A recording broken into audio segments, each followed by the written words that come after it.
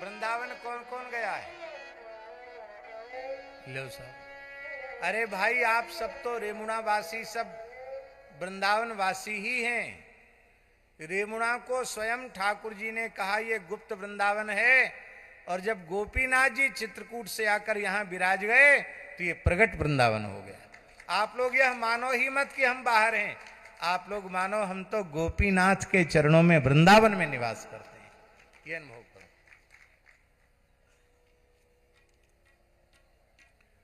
फिर भी हमारा पूछने का प्रयोजन यह है कि वृंदावन कितने लोग गए, तो प्रायः सब लोगों ने अपने हाथ खड़े कर दिए कि हम वृंदावन गए। हमारे पूज्य गुरुदेव भक्त माली जी कहते थे, वृंदावन जाते तो सब हैं, पर उसका वृंदावन जाना माना जाएगा जिसको एक बार जाने के बाद फिर दोबारा जाने की व्याकुलता जग जाए। महाराज जी के शब्द हैं ये। तो एक बार वृंदावन गए और फिर किसी ने कहा अरे हो गया, हम हुआ है वृंदावन, हुआ है, देख लिया, वही वृंदावन है। क्या है वृंदावन? अरे बड़े सुअर डोल रहे हैं, बड़ी गंदगी है, यहाँ कचड़ा वहाँ कचड़ा, पंडा वहाँ बहुत परेशान करते हैं, ये वही तो वृंदावन है ना, बड़ा ट्रैफिक है वहाँ, बड़ी परेशानी है। ऐसे उद्गार किसी के मुंह से निकलें तो समझ लेना वृंदावन जाकर भी वो वृंदावन नहीं गया।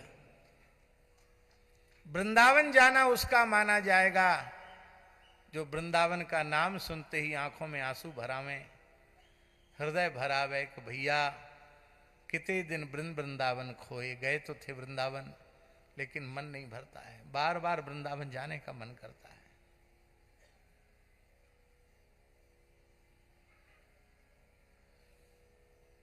मेरी प्रार्थना है आपके शरीर का प्रारब्ध आपको कहीं भी रखे, पर आप भाव से निरंतर वृंदावन में रहिए। आप यही अनुभव कीजिए हम वृंदावन में हैं।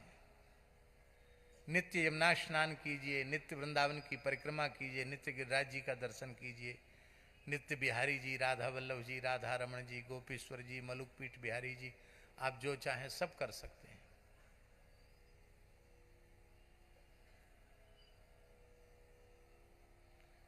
इसी को मानसी कहते हैं, और अलग मानसी है क्या? सेवा तो है ही है, पर मानसी में भी महाराज जी धाम का विचरण, धाम का वास, धाम का आस्वादन मानसी में भी हो जाता है।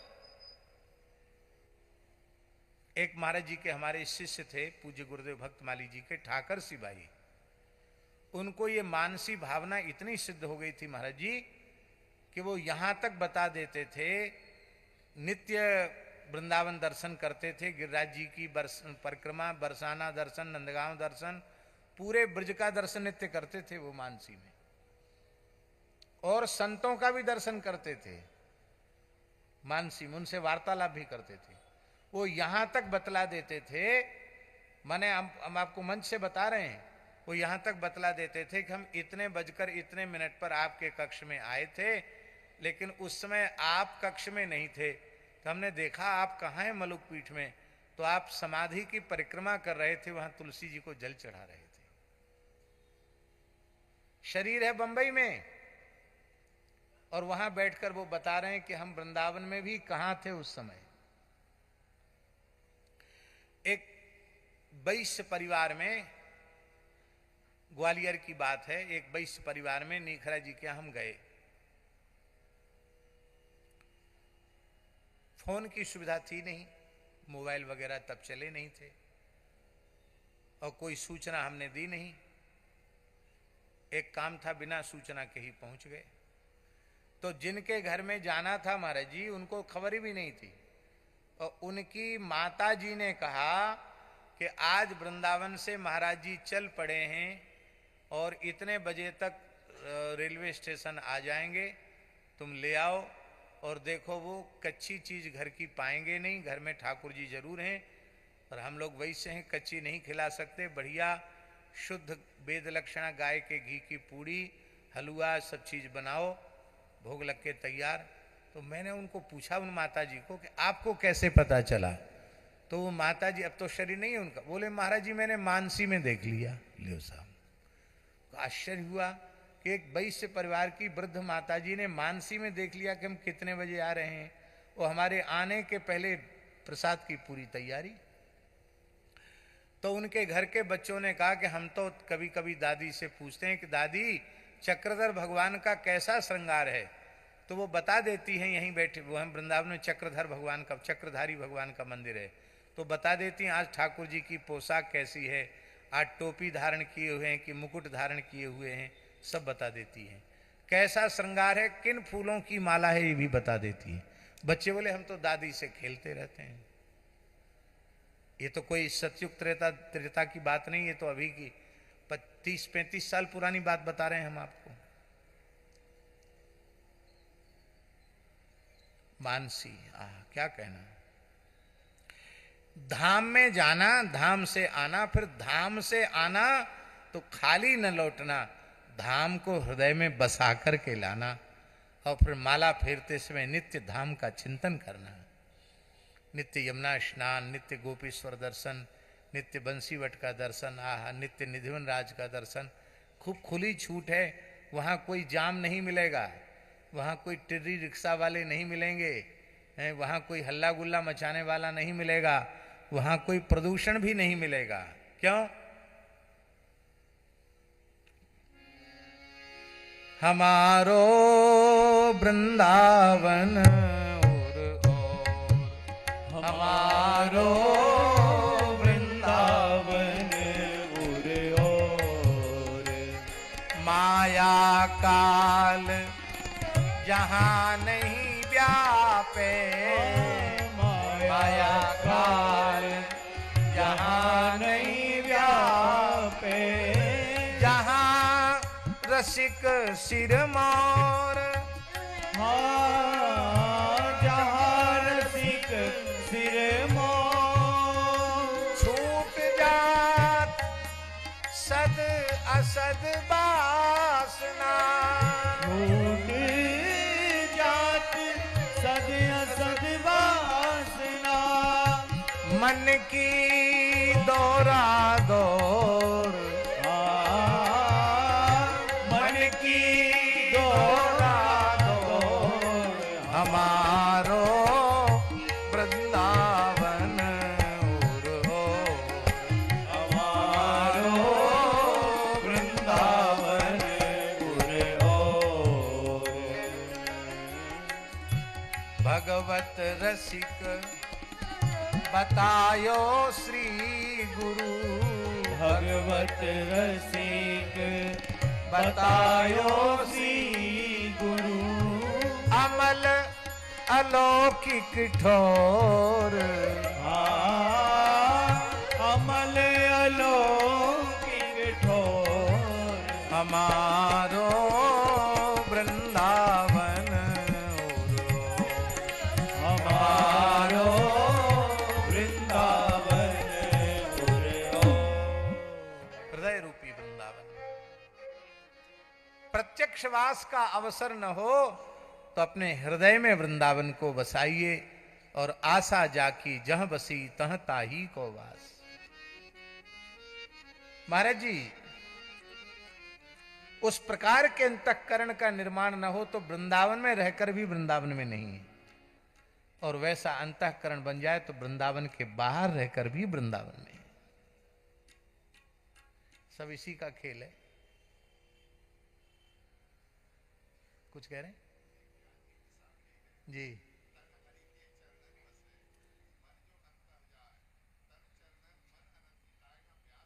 हा, क्या कहना। शरीर भगवान के चरणों में है और मन इधर उधर कहीं भटक रहा है, तो व्यास जी कहते हैं हम उस पर भरोसा नहीं करते, विश्वास नहीं करते। शरीर बाहर है, मन वृंदावन में है, बिहारी जी के चरणों में है, तो हमें विश्वास है कि वो वृंदावन में है। अब एक बात और हम आपको बता देते हैं, याद आ गई तो बता देते हैं। हमारे पूज्य गुरुदेव श्री भक्तमाली जी महाराज, जिनका दर्शन आप लोगों ने किया है, बालेश्वर में महाराज जी के 2 बार चरण पड़ चुके हैं। विजय बाबू का घर, हम तो उसको गुरुधाम मानते हैं, क्योंकि महाराज जी 2 बार आकर वहां विराजे। उनके चरणरज वहां पड़ी, तो बहुत ध्यान दे करके सुने। महाराज जी अति वृद्ध हो गए थे तो भी विशेष प्रेमियों के आग्रह से कहीं कहीं यात्रा में चले जाते थे। कमर झुक गई थी, कभी गुजरात चले जाते, कभी बुंदेलखंड चले जाते, कभी राजस्थान चले जाते, कभी महाराष्ट्र भी चले जाते, दूर दूर तक भी चले जाते थे। एक बार हम वृंदावन की परिक्रमा करते हुए गोरे दाऊ जी गए, तो गोरे दाऊ जी के पूज्य महंत जी, पूज्य साकेतवासी श्रीमंत श्री हरिदास जी महाराज विराज रहे थे। उन्होंने महाराज जी का समाचार पूछा, फिर पूछा कि महाराज जी का स्वास्थ्य कैसा। मैंने कहा ठीक है, थोड़ा शिथिल तो है, कमर झुक गई है। बाहर आते जाते, मैंने कि बाहर तो आते, बोले हम तो पता लगाते रहते, महाराज जी वहां चले गए, महाराज जी वहां चले गए।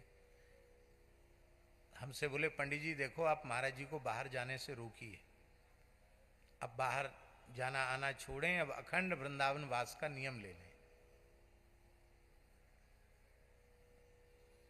हमने कहा महाराज जी मैं तो नहीं कह सकता, हमारा तो शिष्य हैं, हम प्रार्थना कर सकते हैं, दुराग्रह तो नहीं कर सकते। नहीं नहीं, मेरा नाम लेकर कह देना, तुम नहीं जानते हो, बाहर कहीं जाते हैं महाराज जी, वृद्ध शरीर है, कहीं कुछ हो जाए तो महाराज जी का तो कुछ नहीं होगा, तुमको सब बुरा भला कहेंगे, इसलिए मेरी बात कह देना। हमने कहा ठीक है। तो हम परिक्रमा से वापस गए और पूज्य गुरुदेव को साष्टांग प्रणाम किया। हमने कहा महाराज जी, पूज्य गोरेदाऊ के महंत जी महाराज कह रहे थे आप कहीं आए जाए नहीं। महाराज जी बोले हमारे मन में कहीं जाने आने की इच्छा नहीं होती है, फिर भी कोई प्रेमी बहुत आग्रह करते हैं तो हम पहले तो मना करते हैं कि हमको मत ले जाओ, हम जाने आने लायक नहीं हैं। फिर ज्यादा आग्रह देखते हैं तो कहते हैं उठा ले जाओ और धर जाओ। अब शरीर शिथिल है, आने जाने लायक नहीं है। वहां जाने से प्रेमियों का दर्शन, सत्संग हो जाता है और यात्रा हो जाती है, सत्संग की धार्मिक यात्रा हो जाती है।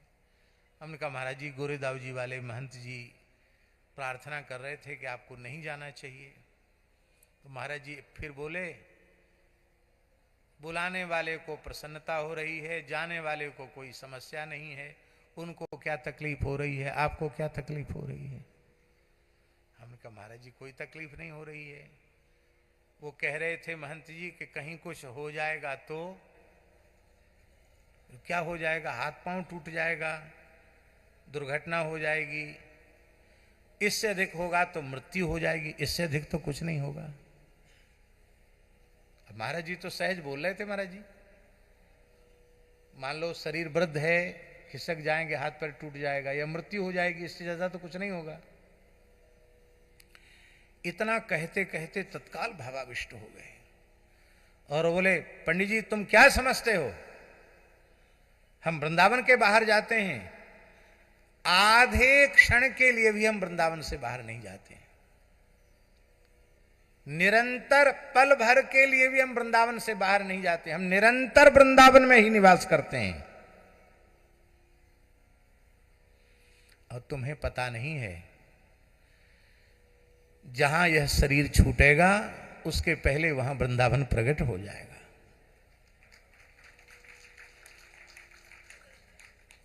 ये महाराज जी शब्द थे महाराज जी, जहां ये शरीर छूटेगा उसके पहले वहां वृंदावन प्रकट हो जाएगा। महाराज जी भाव विह्वल हो गए। हमने चरण पकड़े, बोले महाराज जी हम आपके अंतःकरण को भला कैसे पहचान सकते हैं, आप अपराध क्षमा करें। बोले नहीं नहीं, संतों की आज्ञा है तो हम ध्यान रखेंगे, कम आएंगे जाएंगे। और अंतिम क्षण तक वृंदावन का वास उन्हें मिला, वृंदावन की रज उन्हें मिली, श्री यमुना जी का आश्रय उन्हें मिला। तो ऐसे भी संत हैं जो आधे पल के लिए भी वृंदावन से बाहर नहीं जाते। बोलो भक्तवत्सल भगवान की जय। जय जय श्री राधे। हम भी मन में ऐसे ही सोच रहे थे कुछ समय से, और उसकी थोड़ी थोड़ी तैयारी भी हमने शुरू कर दी थी कि 2025 के बाद वृंदावन के बाहर की यात्राएं नहीं करेंगे। जो आश्रम हैं ओरछा में अथवा कहीं, वहाँ तो कभी उत्सव में जाना पड़ेगा, पर इसके अतिरिक्त अन्यत्र कहीं की यात्रा हम नहीं करेंगे, ऐसा मन में विचार था। और ये पक्की तैयारी भी हो गई थी। वो वृंदावन में जो गौशाला में सत्संग भवन बना, इसी विचार से वही नित्य सत्संग करेंगे। लेकिन एक कहावत है, तेरे मन कछु और है, कर्ता के कछु और।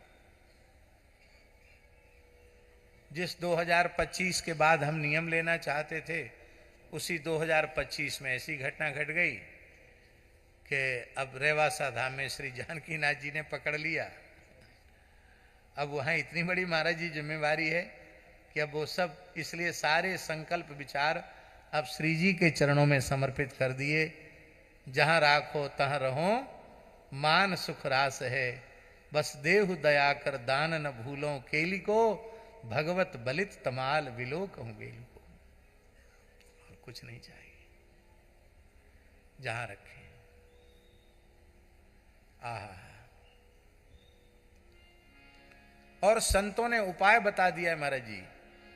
नाम वाणी जहां श्याम श्यामा तहां, नाम वाणी जहाँ श्याम श्यामा तहाँ, नाम वाणी निकट श्याम श्यामा प्रकट, नाम वाणी निकट श्याम श्यामा प्रकट, नाम वाणी निकट श्याम श्यामा प्रकट, नाम वाणी निकट श्याम श्यामा प्रकट। अच्छा आप लोग बताओ, गोपीनाथ जी जहां हैं वहां वृंदावन है। आप लोग कहां बैठे हो, सच्ची बताओ, कहां बैठे हो? बोलो वृंदावन धाम की जय। क्या अद्भुत झांकी हो रही है। और पूज्य गोरीलाल कुंजवाले महाराज जी को तो हम चलता फिरता वृंदावन मानते हैं। ये चलते फिरते वृंदावन है, ये आ गए मानो वृंदावन ही आ गया। जय जय श्री राधे। तो फिर ही आए, सब जगह एक बार वृंदावन दर्शन कर चुके थे दोनों उत्कलवासी ब्राह्मण, लेकिन एक बार बद्रिकाश्रम की यात्रा करके फिर से वृंदावन आए, क्योंकि इससे सिद्ध होता है कि वो दोनों वृद्ध ब्राह्मण और युवा ब्राह्मण दोनों वृंदावन के प्रेमी थे, इसलिए द्वारा वृंदावन में आए। और वहां क्या हो गया, वहां वृंदावन आते आते वृद्ध ब्राह्मण बीमार पड़ गया।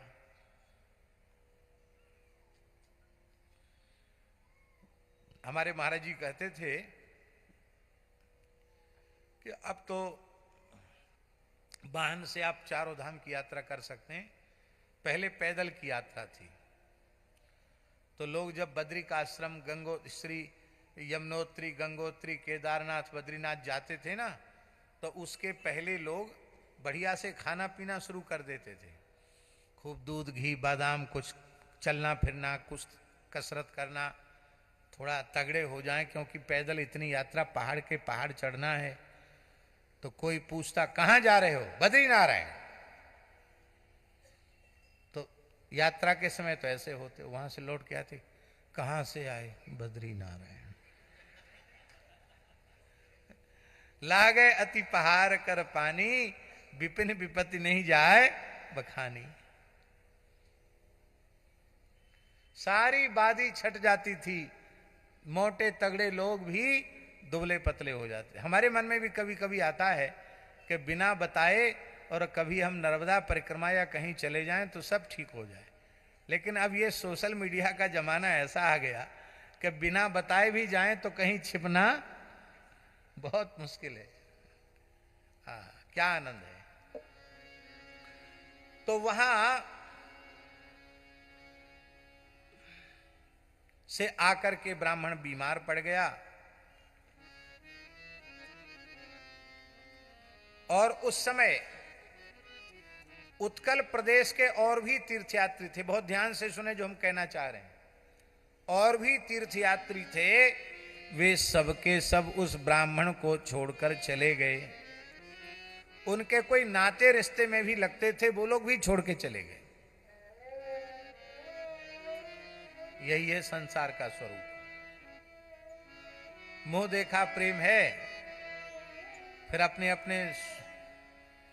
इसलिए हमारी सिख परंपरा के नवम गुरु श्री तेग बहादुर जी का शब्द है, जगत में झूठी देखी प्रीति। झूठी प्रीति है संसार की, सच्चा प्रेम नहीं है। नाते रिश्तेदार बोले अब तो ये बीमार पड़ गए, अब तो ये लौट कर फिर से उड़ीसा जाने लायक है नहीं, पता नहीं हो सकता यहीं मर जाएं, तो चलो जो भगवान के सहारे, छोड़ के वो लोग सब चले गए। तो जब नाते रिश्तेदार छोड़ गए, बहुत ध्यान से सुने, जब नाते रिश्ते वाले कुटुंबी लोग छोड़ गए, जो इष्ट मित्र थे वो छोड़ गए, तो ये जो ब्राह्मण युवक था जिसका उससे कोई संबंध नहीं था, ये छोड़ के चला जाता तो कोई अनुचित बात नहीं थी। लेकिन यह दयालु प्रकृति का था। इसके मन में आया कि ये वृद्ध हैं, मैंने मार्ग में भी इनकी यथासाध्य सेवा की है, और अब जब यह अत्यंत रुग्ण हो गए हैं, बीमार पड़ गए हैं, तो ऐसी अवस्था में इनको छोड़कर जाना उचित नहीं है। तो उस युवा ब्राह्मण ने बड़े प्रेम से सेवा की, और इतनी सेवा की कि वो मरणासन्न ब्राह्मण मृत्यु के संकट से उबर गया, वृद्ध, और उसकी चेतना आ गई। तो जब चेतना उसको आ गई तो उस ब्राह्मण ने कहा, भयो दुखी कीनी टहल अभंग है। महाराज जी, अभंग टहल शब्द प्रियादास जी ने कहा, अभंग टहल। अहरनिश की सेवा की उसने, और रीझो बड़ो द्विज।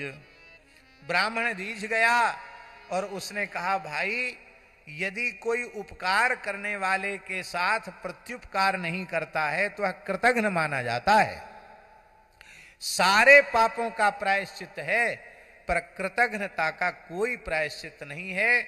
कृतघ्नता महत् पापम निष्कृतिर्नास्य विद्यते। इस पाप की निष्कृति माने इसका प्रायश्चित नहीं है।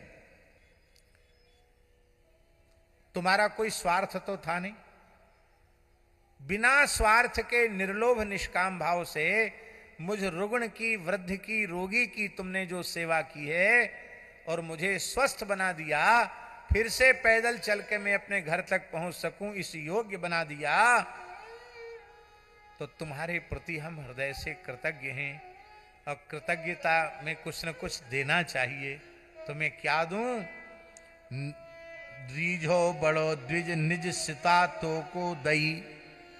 मैं अपनी पुत्री का विवाह, एक ही जिम्मेवारी मेरे ऊपर रहेगी, मेरी सबसे छोटी बेटी, अभी उसका विवाह नहीं किया है मैंने, और तुम विवाह के योग्य हो, ब्राह्मण बालक हो, मैं अपनी बेटी का विवाह तुम्हारे साथ कर दूंगा।